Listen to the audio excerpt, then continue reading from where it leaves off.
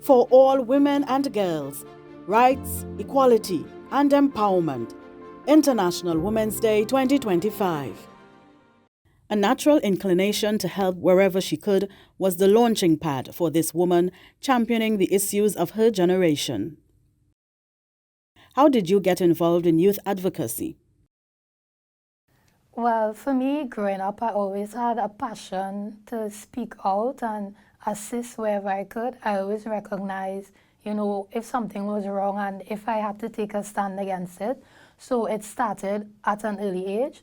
And then as I continued to get older, I got really involved in politics and being a part of, political organizations because I have aspirations to one day, hopefully, become a member of parliament. So I went on platforms and I used that opportunity to advocate for young people. And then, of course, the National Youth Parliament was also a pinnacle point for me in that journey of learning how to debate and really get my point across and be that type of voice for the issues that, a lot of people are struggling with, not only in Trinidad and Tobago, but globally. So all those experiences together really pushed me to be involved in youth advocacy. What are some of the challenges that young people face? Well, for me personally, a challenge I would have had was when I went to Jamaica to study for my LLB. I was 18 at the time. I never lived away from home, so I traveled by myself, living in another country. I had no family out there to rely on. So navigating, that experience, trying to focus on school as well as supporting myself and trying to, be independent would have been a challenge for me. And generally, I feel like a lot of young people feel like they're alone, like they lack support, whether it be from their family or their friends or their peers, or they feel like persons that are able to assist them are not really assisting them as they should, And a lot of young people also struggle with unemployment. You go to study, you come out, you're qualified, but when you come home, there are no opportunities. You are stuck, working jobs that may be under your level, and they are in that position for a long time. And a lot of persons, because of that, that lack of access to a job, they may turn to violence, unfortunately, and we see a lot of that happening currently. And then also, I realized that persons in school, because I went through it, I see it among my peers in high school, university, etc.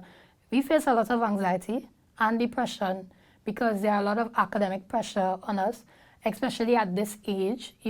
We feel like we need to have everything figured out. We need to know what's next, and we need to make the right choices now because it will influence, our life going forward. Whereas we're supposed to, not put so much pressure on ourselves and try to, ease through it. But unfortunately, we just stress a lot. So I feel like, young people go through these things, commonly. Tell us some of your successes that stand out to you. Well, I am grateful to say that at my age, I achieved a lot of things that I never really expected.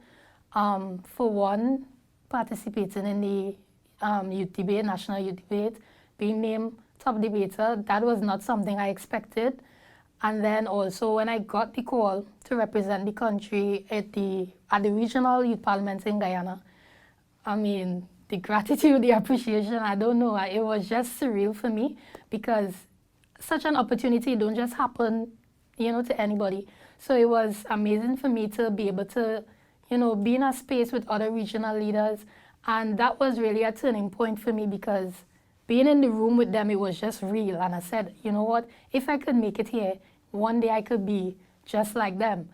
And also for me currently, being accepted into law school, into UDN Law School, I aspire to be an attorney. So I'm on that track.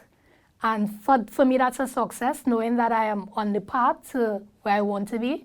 So I hope to continue on this, this upward trajectory. I was recently appointed the VP for Tobago, for the Trinidad and Tobago National Youth Ambassadors.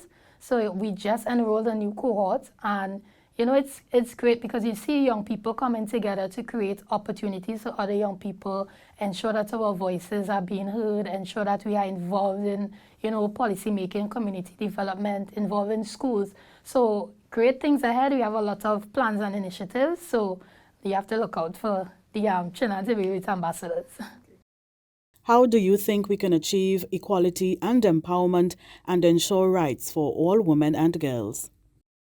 In Trinidad and Tobago, when I look at us here, I feel like there is a imbalance in terms of women in key governing positions in this country. I mean, it took, 48 years before we had a female prime minister, another 56 years before we had a president. And then when you look at the composition of parliament, of the 72 members, only 22 are women. You know, people looking at it and they might say this is a great accomplishment because before you wouldn't have seen women in these types of positions, but I feel like we could do more. And the way in which we can do more is women elevating themselves, educating themselves, empowering other young girls to be like them, be that role model, that example. Because we should not see ourselves as an exception to the rule. We should see ourselves as a standard. So when young women and older women work together and we inspire each other and we elevate each other, eventually we will see that disparity, you know, becoming less and less. We will see women rights being recognized more. We will see us being more out there as we should be. Why is it important to celebrate International Women's Day annually? I feel this is of massive importance because it not only recognizes the achievements of women, but it also celebrates our journey, all that we have done to shape society, to develop the world. I mean, when you look at other countries across the nations, we are fortunate because we have a lot of rights and freedoms. But a lot of countries, the women struggle with this. They live in oppressive societies. Their rights are hindered. They are discriminated against. And I feel like once we continue to celebrate International Women's Day and advocate for the rights of women, we will put pressure on these leaders and we will guarantee that they are being able to be protected. We are guaranteeing that they are able to get that liberation and freedom that they deserve. And this day not only impacts women, it impacts men and women alike. It unites us all.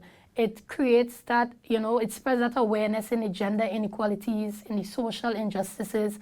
And once we continue to work together, I believe that, you know, we could do away with all these disparities, do away with all these, you know, discrimination and create a space where we are equal regardless of gender.